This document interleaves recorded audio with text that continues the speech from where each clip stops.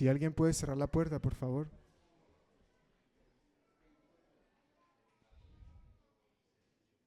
Muchas gracias. Todos estamos sentados, todos tenemos asiento, estamos acomodados. Vale, quiero invitar a David a que pase aquí adelante. David es pastor en la Iglesia Bíblica Urbana, viene de Brasil, tiene 3 hijos, casado con 3 hijos que acaban de salir. Y bueno, es un honor para nosotros que prediques la palabra de Dios en el día de hoy. Así que le dejamos a él para que nos comparta. Amén. Muchas gracias, Jun.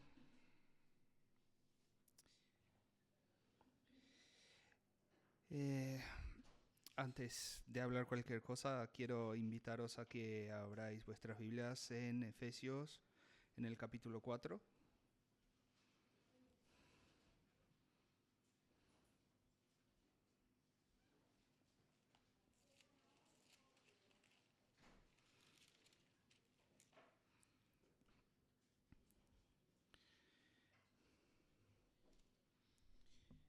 ¿Puedo sacar el micro?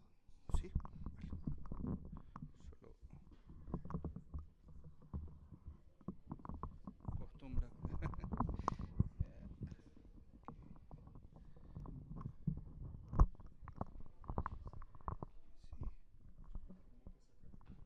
No. Muchas gracias. Gracias, John. Efesios capítulo 4. Vamos a leer del verso 1 al 16. Es un trecho largo pero hermoso, así que pongamos atención. Yo pues, que estoy preso por causa del Señor, os ruego que os comportéis como es digno del llamamiento que habéis recibido. Sed humildes y amables, sed tolerantes y soportaos unos a otros con amor. Procurad mantener la unidad del espíritu, el vínculo de la paz. Hay un cuerpo y un espíritu, así como hay una misma esperanza a la cual fuisteis llamados, según la vocación que habéis recibido. Hay un Señor, una fe, un bautismo. Un Dios y Padre de todos, que está por encima de todos, actúa por medio de todos y está en todos. Pero a cada uno de nosotros se nos ha dado la gracia conforme a la medida del don de Cristo. Por lo cual dice, subiendo a lo alto, llevó cautiva a la cautividad y dio dones a los hombres. Y eso de que subió, ¿qué es? Sino que también había descendido primero a las partes más bajas de la tierra. El que descendió es el mismo que también subió por encima de todos los cielos para llenarlo todo. Y él mismo constituyó a unos apóstoles, a otros profetas, a otros evangelistas, a otros pastores y maestros, a fin de perfeccionar a los creyentes para la obra del ministerio, para la edificación del cuerpo de Cristo, hasta que todos lleguemos a la unidad de la fe y del conocimiento del Hijo de Dios, al hombre perfecto, a la medida de la estatura de la plenitud de Cristo. Así ya no seremos niños fluctuantes, arrastrados para todos lados por todo viento de doctrina y por aquellos que para engañar emplean con astucia las artimañas del error. Más bien, al seguir la verdad en amor, crezcamos en aquel que es la cabeza. Esto es Cristo, de quien todo el cuerpo viene articulado y unido entre sí por todas las coyunturas que se ayudan mutuamente, según la función propia de cada miembro, recibe su crecimiento para ir edificándose en amor. Palabra de Dios. Amén. Ahora sí, ahora que Dios ha hablado, hablo yo. Buenos días, familia. Buenos días a la Iglesia Bíblica Vida Nueva, que nos recibe con tanto cariño y con tanto amor. Es un honor para mí estar acá predicando la palabra de Dios. Yo conozco a Eddie ya de hace unos años, conocía a Peter antes. Vosotros habéis formado parte de nuestra historia, a lo mejor de manera que siquiera sabéis. Pero para mí es una alegría poder estar acá ese domingo. Y para los que no me conocéis, como ha dicho John, yo me llamo David, soy uno de los pastores de la Iglesia Bíblica Urbana. Nos reunimos ahí por Barrio Salamanca, cerquita del Parque del Retiro, y hoy venimos a alegrarnos juntos con vosotros en ese domingo de la obra de Dios en la vida de personas en esa ciudad, ¿sí? Porque la idea hoy era que tuviéramos un bautismo en conjunto de un hermano de nuestra iglesia, porque todavía no tenemos algo como eso, ¿sí? Y entonces aprovechamos también a estrechar lazos de comunión, pero por circunstancia de fuerza mayor lo bautizamos la semana pasada, tuvo que hacer un viaje de urgencia y quería bautizarse antes de eso, así que hoy simplemente vinimos a alegrarnos de lo que Dios está haciendo en esa comunidad, de lo que Dios está haciendo en ese barrio de Madrid y mostrar en la práctica un tema que aparece muchísimo en el texto de hoy, el tema de la unidad del pueblo de Dios como un solo cuerpo. Y para los que a lo mejor no sois de ninguna de las dos iglesias y simplemente visitáis porque conocéis a la gente que se va a bautizar, o siquiera habéis estado en un servicio protestante antes, sí, esa es la parte central de nuestros servicios. Sí, es cuando nos volvemos a escuchar y a entender lo que Dios nos dice a través de su palabra. Es por eso que le ponemos tanta atención, le damos tanta énfasis a ese momento, porque creemos que aquí Dios habla de quién es Él, de quién somos nosotros y de cómo vivir y de cómo ser plenos. Y el texto de hoy nos pilla exactamente a la mitad de una de las cartas que son más hermosas del apóstol Pablo, la carta que él escribió a los Efesios. Y ahí en Ibu estamos en una serie, en esa carta, estamos viéndola completa y llamamos esa serie ¿Quién soy y dónde estoy? Simplemente porque aquí Pablo va a hablar mucho de nuestra identidad tanto como cristianos individualmente, pero también como pueblo de Dios, como una comunidad, una iglesia, ¿sí?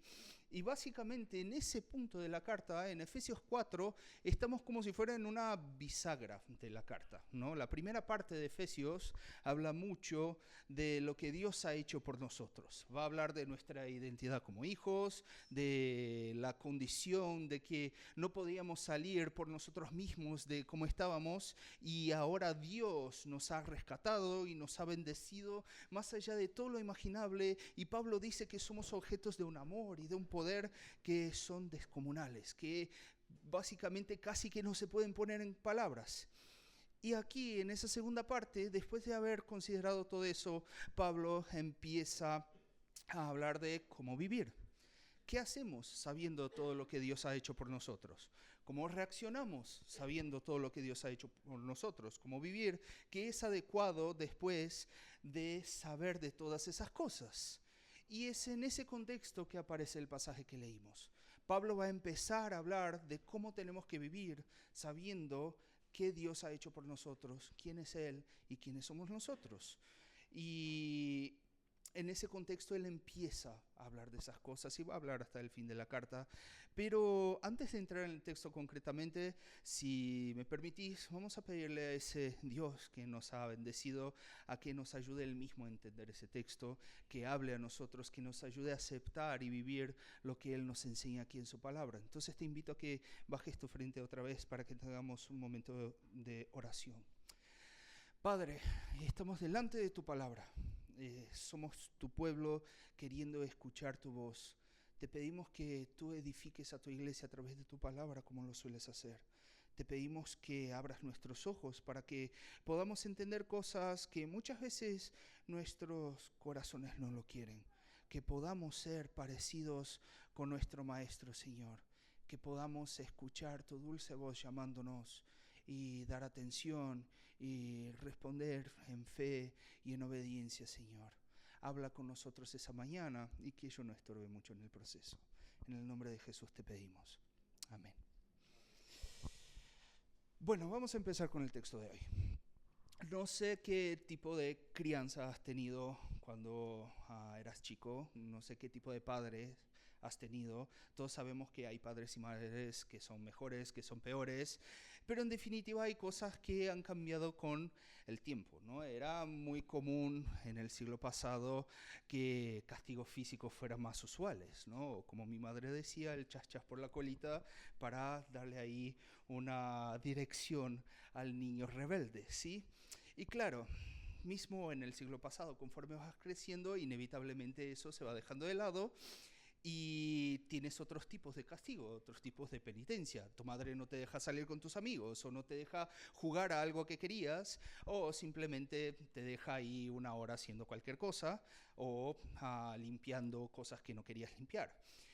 Pero, sin embargo, todos ya tuvimos esa experiencia de un día que has metido la pata, has hecho mal, ¿sí? Y sabías que te iba a caer una, ¿sí? Ya estabas esperando toda la furia de tus padres o de tu madre, y en lugar de castigo, no viene el castigo, vienen palabras. Y no sé si es mucho mejor cuando vienen palabras, porque está la famosa charla del padre, ¿no? Aquellas palabras que él te dice y que te lastiman, pero no porque sean para lastimar. No es que te está, yo qué sé, diciendo cualquier disparate para ofenderte. No, no. Te duelen porque ves que vienen de un amor sincero. Ves que vienen de alguien que no te quiere lastimar, sino que te quiere hacer crecer.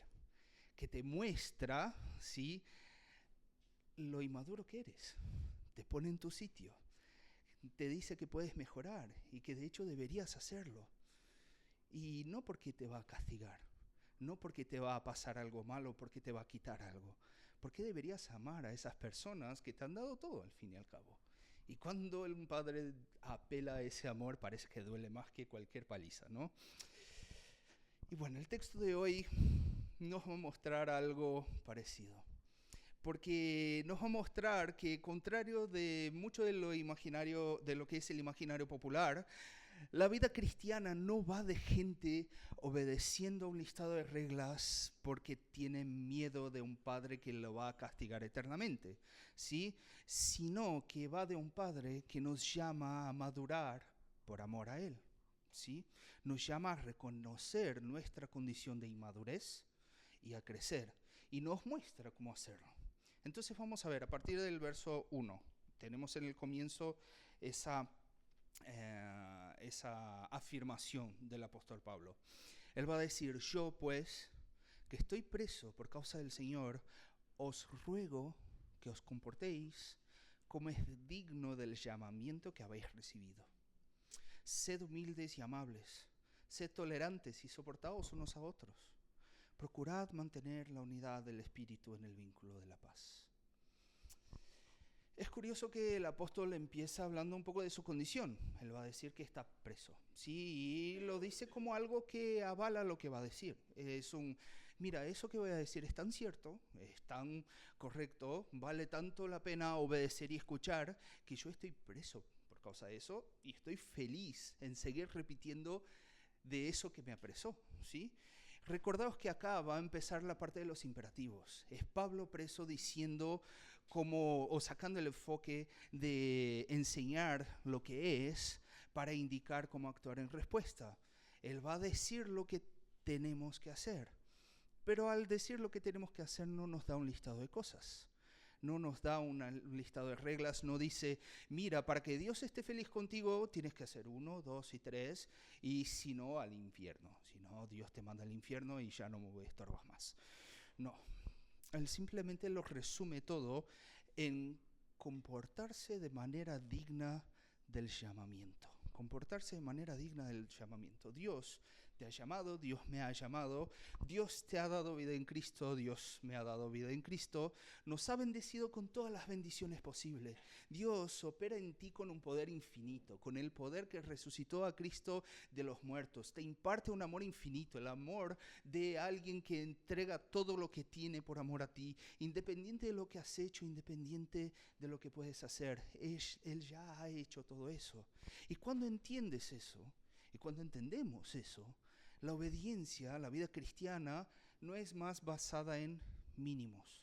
No es basada en un listado de mínimos que tienes que cumplir para que puedas aprobar en la prueba de Dios. No. No es cumplir lo que Dios me ha dicho en un listado de reglas y ya está. No. Es la dignidad de una relación. Y piensa en relaciones. Cuando hablamos de relaciones, no hablamos de mínimos. Piensa con tu pareja.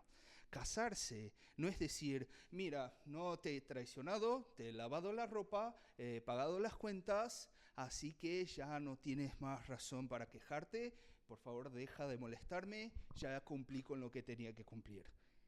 eso no es un casamiento. Si le dices eso, por lo menos si yo le digo eso a mi esposa, me va a ir mal, ¿sí? Porque casamiento no va de mínimos, no va de obedecer reglas, no va de simplemente cumplir lo que tenía que cumplir, ahora déjalo a un lado. No, va de honrar una relación de amor, honrar una relación de amor. Va de querer que el otro esté feliz contigo, no porque tú has cumplido lo que él te ha dicho, sino incluso haciendo más de lo que él te ha dicho, ¿sí? Es por eso que el gran teólogo San Agustín resume la obediencia en una frase que a algunos le parece un poco polémica, pero no lo es para nada. Él, hablando, comentando la epístola de San Juan, él va a decir, ama y haz lo que quieras. Ama y haz lo que quieras. Pero no porque cualquier cosa que hagas estará bien. No, sino porque el amor, cuando pauta nuestras acciones, nos lleva a una manera de reaccionar que va a ser correcta.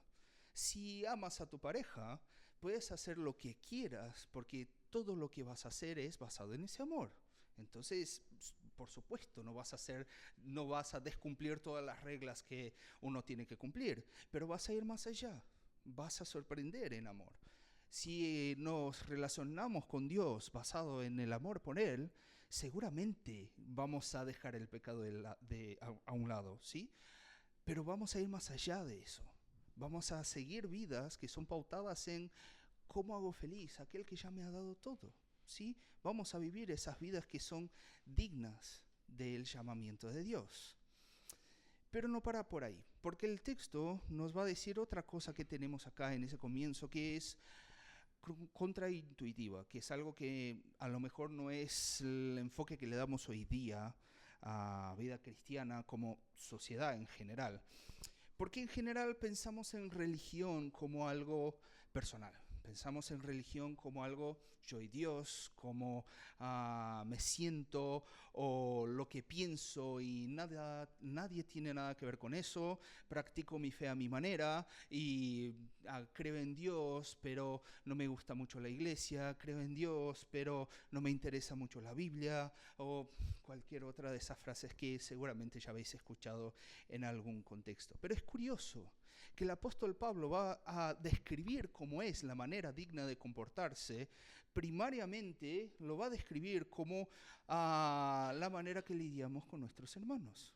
Él no va a decir una persona que se está portando de manera digna es aquel que no toma, no fuma, no sale por la noche, no escucha rock satánico y esas cosas que no son de creyente. No, él va a decir que la manera de saber si estás viviendo una vida digna es cómo vives en comunidad, cómo vas a lidiar con tus hermanos, ser amables, ser tolerantes, soportar unos a otros, es lo que dice el texto, mantener la unidad.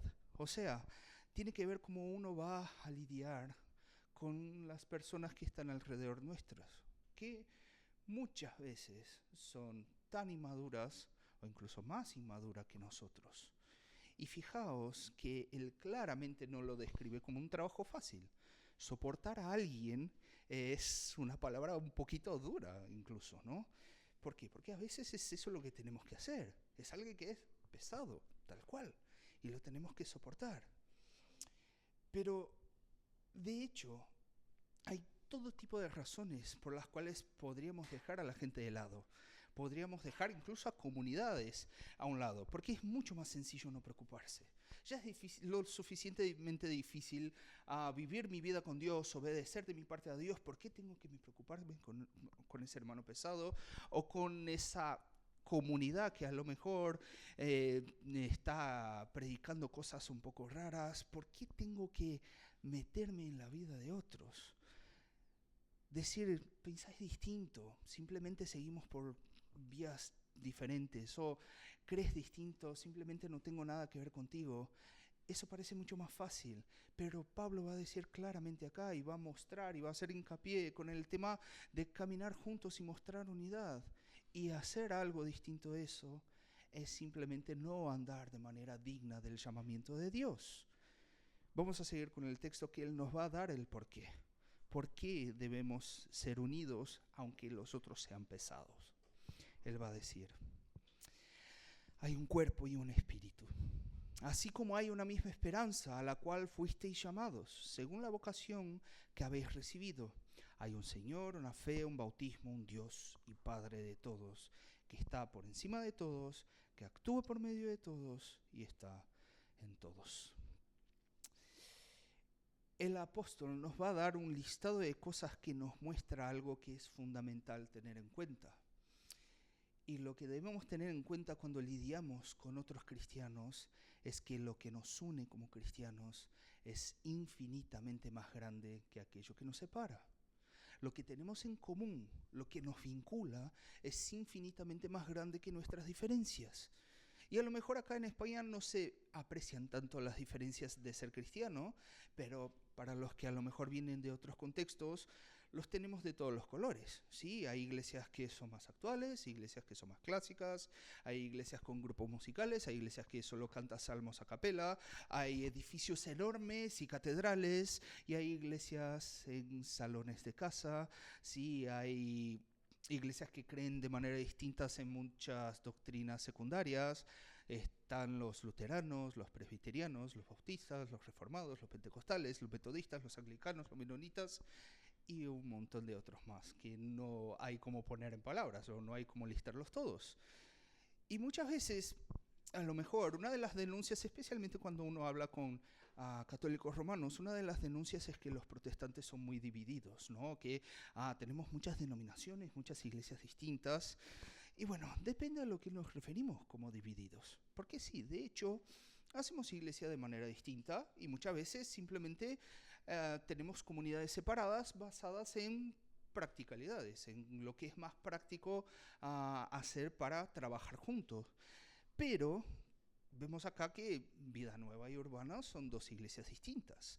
No tienen un mismo liderazgo. Lo que diga yo no afecta lo que es la vida de Vida Nueva. Lo que diga Eddie o John no afecta lo que es la vida de Urbana. Y incluso si nos ponemos finos, si nos ponemos a analizar, seguramente vamos a encontrar alguna diferencia en algún punto secundario o en alguna práctica. Porque normalmente tenemos opiniones distintas. Sí, eso tiene todo sentido. Pero a la vez somos la misma iglesia. Somos la misma iglesia, tenemos unidad. No es necesario un vínculo legal, no es necesario someterse a un mismo liderazgo, no es necesario tener un líder central para que estemos unidos, ¿sí?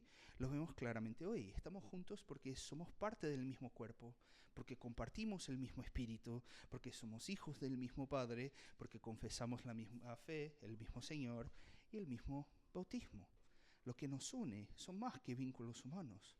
Es el propio Dios Trino que imparte vida a través del sacrificio de Cristo y nos llena con su espíritu para hacer lo que Él quiere, para ser santos, ¿sí?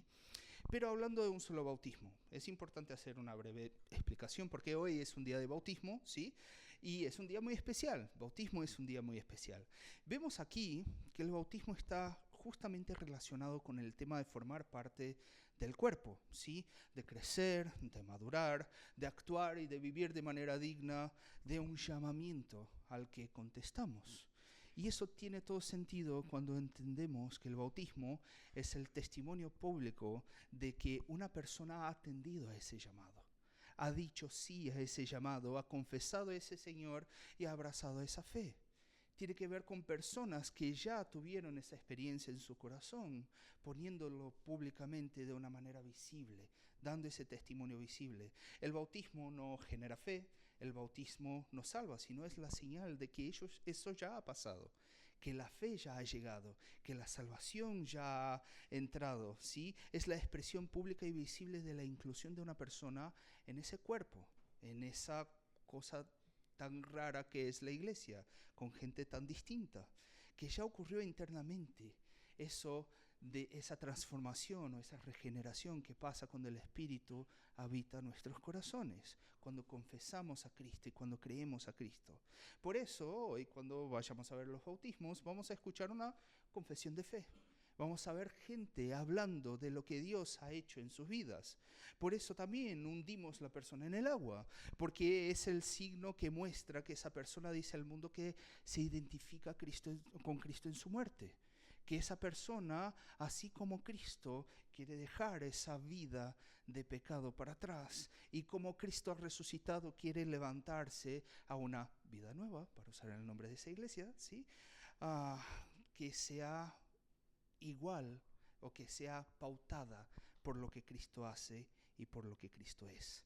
La iglesia es esa comunidad de personas que se identifican con Cristo Jesús, que dan testimonio de Él y que abrazan la fe y esa esperanza, independiente de dónde se reúnen, independiente de diferencias secundarias. Y aquí a lo mejor creo que toca una pequeña amonestación a los que somos de casa, a los que somos muy bautistas y muy reformados. Porque muchas veces nos aferramos a puntos secundarios. Nos aferramos a cosas pequeñas simplemente para decir, no, esa no es una iglesia sana, o esa no es una iglesia que es verdaderamente cristiana en todos sus puntos. Y claro, muchas veces es difícil de marcar la línea, ok, entiendo eso, pero lo que nos une es más fuerte de lo que nos separa. No debemos aferrarnos a puntos secundarios. Hay hermanos que a lo mejor piensan distinto de nosotros en cosas que para nosotros es el día a día, pero defienden con amor y con coherencia la verdad del Evangelio. Si no mostramos unidad con ellos, fallamos. No vivimos de manera digna, como Pablo está diciendo.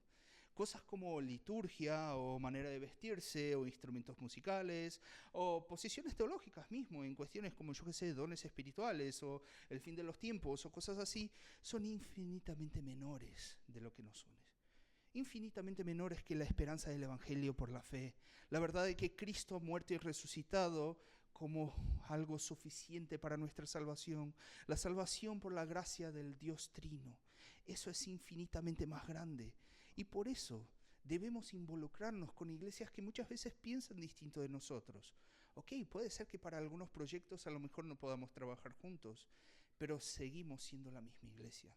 Y seguimos teniendo que mostrar esta unidad, soportarlos a ellos y ellos a nosotros.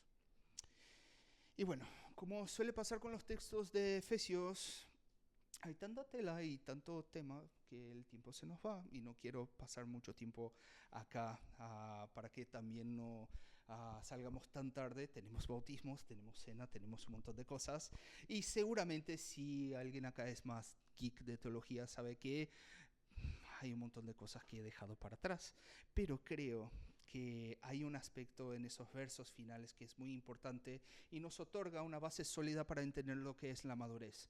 Porque hasta ahora hablamos de que somos inmaduros y de que deberíamos vivir de una manera digna, no porque Dios nos va a castigar, sino porque Dios nos ama. Pero tenemos acá en el texto alguna base para la madurez y para entender lo que es la madurez. Y voy a leer algunos versos, ¿sí? Primero el verso 7 va a decir, pero a cada uno de nosotros se nos ha dado la gracia conforme la medida del don de Cristo.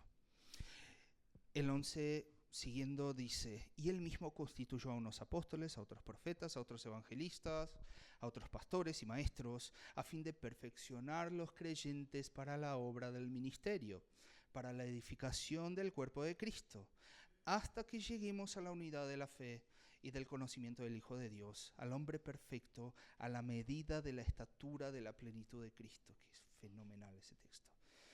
Así ya no seremos niños fluctuantes, arrastrados para todo lado por todo viento de doctrina y por aquellos que quieren engañar, que para engañar emplean con astucias las artimañas del error. Más bien, al seguir la verdad en amor, crezcamos en todo en aquel que es la cabeza, esto es Cristo. Bueno, en ese pequeño trecho vamos a tener lo que es la clave de comportarse de manera digna. Y nada más es que el proceso de madurar hasta ser como Cristo. El proceso de madurar hasta ser como Cristo, ¿sí? Y ese texto es fenomenal porque si os fijáis bien, el propio apóstol Pablo se pone en el grupo de personas inmaduras. El verso 14 dice, no seremos como niños fluctuantes. El apóstol Pablo se pone como niño fluctuante y maduro también. La iglesia no es un lugar en donde tenemos un grupo de personas maduras, súper espirituales y poderosas, y que ya han alcanzado todo lo que deberían alcanzar, y entonces pueden ayudar a los pobres mortales que todavía son inmaduros. No hay un grupo de especialistas, de apóstoles, profetas, pastores y maestros, y luego por otra parte los inmaduros. No. Si San Pablo, el autor de más de la mitad del Nuevo Testamento, se pone como inmaduro, significa que ninguno de nosotros va a llegar a la madurez completa, ¿sí? Y fijaos que a veces hablando de eso parece un poco malo, pero no hay nada de malo ser inmaduro. No hay nada de malo ser inmaduro. Un ser humano inmaduro es un niño, y ser un niño no es algo malo. Incluso niños tienen más capacidad de crecer. Niños tienen más capacidad de aprender, ¿sí? Niños tienen tanta vida como cualquier otro adulto, ¿sí? Entonces, ser un cristiano inmaduro no te hace menos cristiano. No tienes más vida de Cristo si amadureces. No, la vida que Cristo te ha dado ya está en ti. Ya eres salvado por Cristo. Ya tienes al Espíritu, al poder que resucitó a Cristo de los muertos en ti, siendo maduro o inmaduro. Ahora sí, lo que es malo es que un niño siga siendo niño. Es que un niño no crezca. Algo raro pasa y hay que actuar en consecuencia, ¿sí? Si un niño no crece, tenemos un problema. ¿Y en qué se ve que alguien es inmaduro? Bueno, es lo mismo que percibimos con bebés, por ejemplo. Un bebé es alguien que no tiene discernimiento. Es alguien que todo lo que lo ve lo mete en la boca, ¿sí? Ya sea comida, ya sea un juguete, ya sea cosas que potencialmente te pueden hacer mal. Con un cristiano pasa igual. Un cristiano inmaduro es aquel que escucha cualquier charla coach vende humo o cualquier moda de espiritualidad de TikTok y no se entera de que no deberías tragárselo. No se entera de que eso, la verdad, es falsa doctrina disfrazada de espiritualidad. Por eso Dios en su gracia ha puesto gente con dones sobrenaturales que vienen de Él para ayudar a la iglesia en esos puntos, para ayudar a crecer a la iglesia. Gente que a lo mejor estudia más, que ya ha vivido más tiempo en la iglesia y que incluso puede decirnos, mira, no metas eso en la boca, ¿no? Eso te va a hacer mal, eso te puede hacer daño. Tenemos que comer comida sana, ¿sí? Y con eso vamos aprendiendo a comparar todas esas cosas con la escritura y empezamos a tener un poco de sentido crítico y vamos creciendo. Así como un bebé a lo mejor está ahí lamiendo la ventana del metro, y que eso ya me ha pasado con los míos, ¿sí? Pero gracias a Dios ahora son un poquito más grandes, ya no lo hacen, ¿sí? Nosotros vamos creciendo, a lo mejor vamos entendiendo que ciertas cosas no se ponen en la boca, ¿sí?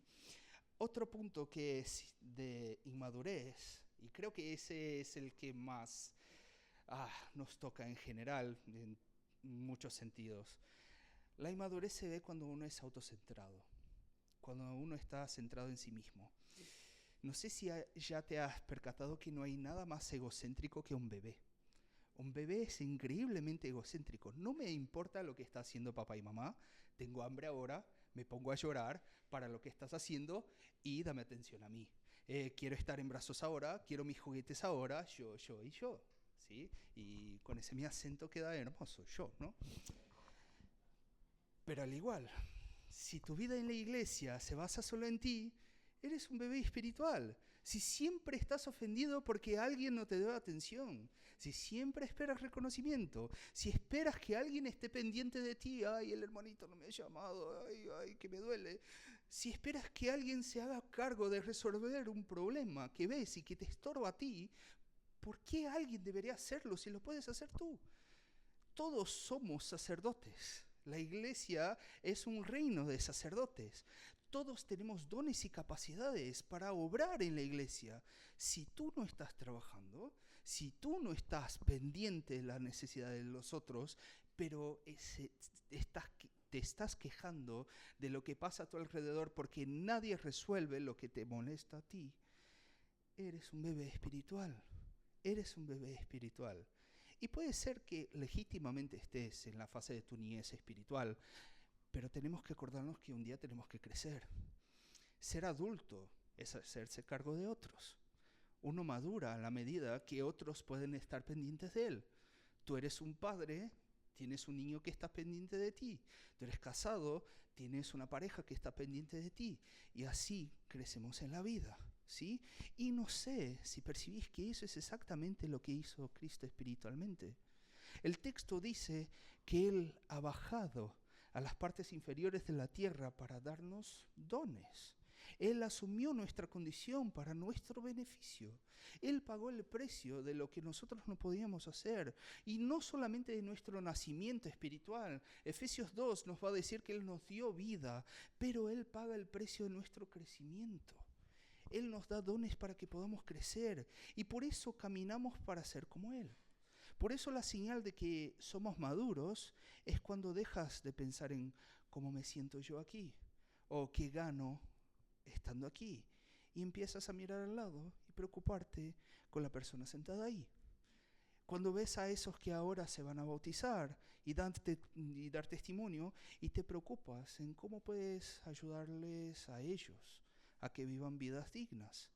La vida no es centrada en ti, no es centrada en mí.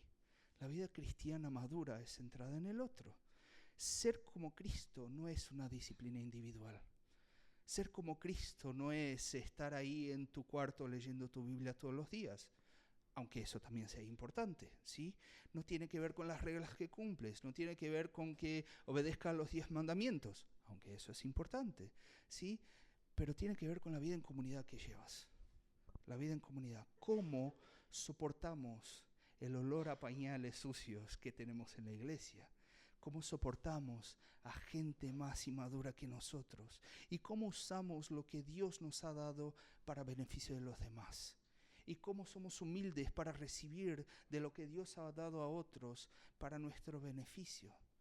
La iglesia es difícil, sí, muchas veces es difícil, porque nosotros somos difíciles, pero exactamente por medio de lidiar con eso que crecemos, amando como fuimos amados, amando a quien Cristo ha amado, ¿sí? Baja tu frente, vamos a orar. Señor, te agradecemos por tu palabra y te agradecemos por tu obra en medio de nosotros. Te agradecemos porque, aunque muchas veces seamos bebés, tú nos pones a gente madura a nuestro alrededor para que podamos crecer contigo, Señor, para que podamos ser más parecidos con nuestro Maestro. Te pedimos que nos ayudes en ello. Ayúdanos a encontrar personas que sean más maduras que nosotros y que nos muestren cómo madurar. Y ayúdanos a ser esas personas para otras personas. Que hoy esas personas que se bautizan puedan empezar en esa caminada hacia la madurez, hacia ser como Cristo Jesús. Y que todos podamos ver con alegría y maravillados tu obra en la vida de esas personas, Señor. Edifica tu iglesia. Ayúdanos a ser llenos de ti. En el nombre de Cristo oramos. Amén.